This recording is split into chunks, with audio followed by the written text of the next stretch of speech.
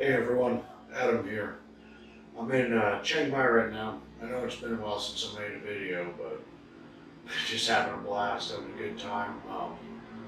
Came up here with a British girl. She, say convinced me, but she just suggested, and I thought it was a great idea. We came up here and rented a motorbike and decided to ride all around.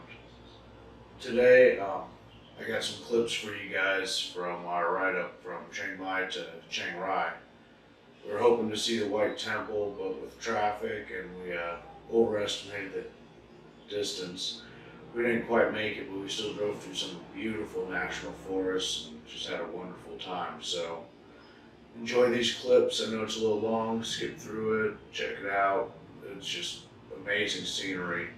If there's anything that you want to see slower, shoot me a message and I can definitely post smaller segments.